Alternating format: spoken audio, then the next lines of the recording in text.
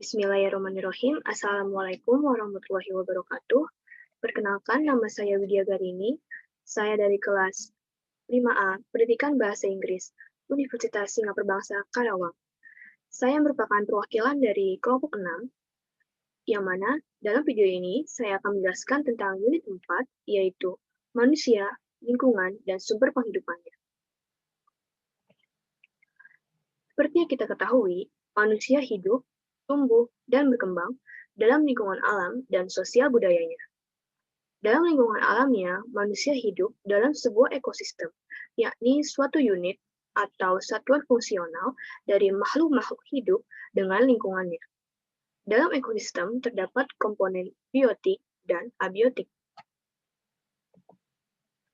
Komponen abiotik terdiri dari tanah yang merupakan tempat tumbuh bagi tumbuh-tumbuhan, udara atau gas yang membentuk atmosfer, air yang sangat bermanfaat bagi semua makhluk hidup, cahaya seperti cahaya matahari yang banyak mempengaruhi keadaan makhluk hidup, suhu atau temperatur yang merupakan faktor lingkungan yang sering besar pengaruhnya terhadap kebanyakan makhluk-makhluk hidup. Selanjutnya ada komponen biotik, yaitu ada produsen, konsumen, dan pengurai, di mana produsen ini adalah semua makhluk hidup atau organisme yang dapat menciptakan makanannya sendiri atau yang sering disebut dengan organisme autotrof atau yang bisa menghasilkan klorofil. Contohnya adalah tumbuh-tumbuhan. Selanjutnya ada konsumen, yaitu kelompok makhluk hidup yang menggunakan atau makan zat-zat organik atau makanan yang dibuat oleh produsen. Termasuk ke dalam kelompok ini adalah hewan dan manusia, yaitu kita sendiri yang membutuhkan produsen untuk bertahan hidup. Selanjutnya ada pengurai, yaitu makhluk hidup atau organisme yang menguraikan sisa-sisa atau makhluk hidup yang sudah mati.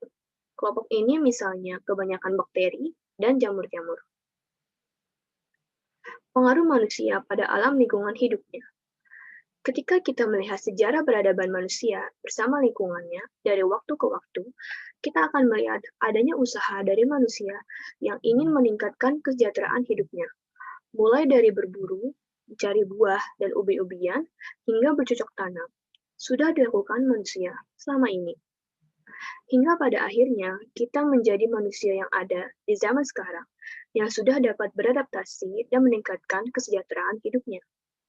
Namun, pada zaman sekarang ini juga, manusia mulai mengubah komunitas biologis lingkungan.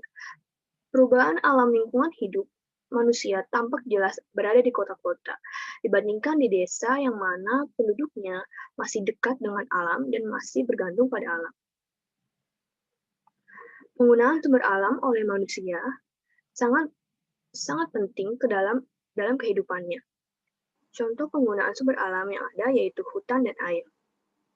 Hutan merupakan sumber alam bagi manusia yang sangat bermanfaat. Air juga merupakan sumber kehidupan manusia yang bisa didapat dari tanah yang memiliki sumber air. Ada dua jenis hutan, yaitu hutan pelindung, yang berfungsi sebagai pelindung tanah dari erosi, kehilangan humus, dan merupakan sumber air tanah. Selanjutnya ada hutan penghasil atau produksi, yaitu hutan yang ditanami kayu yang nantinya akan digunakan untuk pembuatan barang, seperti pinus, damar, jati, dan sebagainya. Manusia menggunakan sumber alam ini sudah seharusnya dapat memelihara dari pencemaran agar penggunaannya dapat dirasakan hingga lama. Selanjutnya ada tanah dan pertanian. Tanah permukaan mengandung kadar unsur-unsur bahan makanan yang begitu tinggi dan siap digunakan oleh tanaman. Dengan adanya kemajuan teknologi pertanian, penggunaan tanah saat ini dapat digunakan dengan baik oleh manusia untuk meningkatkan hasil pertanian yang merupakan sumber daya alam yang digunakan manusia untuk bertahan hidup. Permasalahan lingkungan dan manusia. Tidak dapat dipungkiri sebagian permasalahan lingkungan disebabkan oleh manusia sebagai konsumen sumber daya alam. Permasalahan lingkungan yang ada sampai saat ini antara lain erosi, banjir, pencemaran tanah, air, udara, dan penebangan hutan lindung, dan sebagainya. Hal tersebut terjadi karena ulah manusia yang semakin serakah dalam memanfaatkan sumber daya alam yang ada.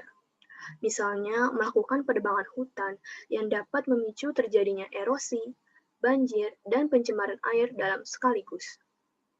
Selain itu juga dapat mempengaruhi makhluk-makhluk hidup lain yang tinggal dalam hutan tersebut, di mana mereka bisa kehilangan tempat tinggal, kehilangan sumber daya makanan, dan mungkin kehilangan teman-teman mereka dalam penebangan hutan tersebut. Maka dari itu, sudah seharusnya manusia menghentikan semua hal-hal buruk ini, karena jika tidak, lingkungan dan sumber daya alam yang ada akan habis sebelum masa waktunya. Impact dan kelestarian hidup manusia. Manusia sebagai makhluk hidup paling cerdas menciptakan teknologi dengan tujuan dapat menikmati hidup secara lebih mudah, praktis, dan efisien. Namun, hal ini juga menimbulkan dampak positif dan negatif yang cukup serius bagi kehidupan dan lingkungan. Para petani mungkin sangat terbantu dengan teknologi untuk alat pertanian yang ada saat ini. Namun, di sisi lain, penggunaan alat pertanian seperti ini juga seperti penggunaan pestisida pada hama yang berlebihan juga menjadi ancaman bagi keberlangsungan hidup suatu ekosistem. Jadi jelas bahwa penerapan dan perkembangan iptek memiliki dampak positif dan negatif. Maka dari itu, kita sebagai makhluk hidup yang memiliki akal sudah seharusnya mengembangkan teknologi yang hanya memberikan dampak positif kepada lingkungan. Dan juga dalam penerapannya harus diperhatikan karena kita dapat menghindari terjadinya perusakan lingkungan dan sumber daya alam. Sehingga manusia tetap dapat memanfaatkan lingkungan dan sumber daya penghidupannya sampai zaman anak cucu kita nanti. Terima kasih telah menonton video ini dan mendengarkan penjelasan dari saya. Kurang lebihnya mohon maaf. Terima kasih. Wassalamualaikum warahmatullahi wabarakatuh.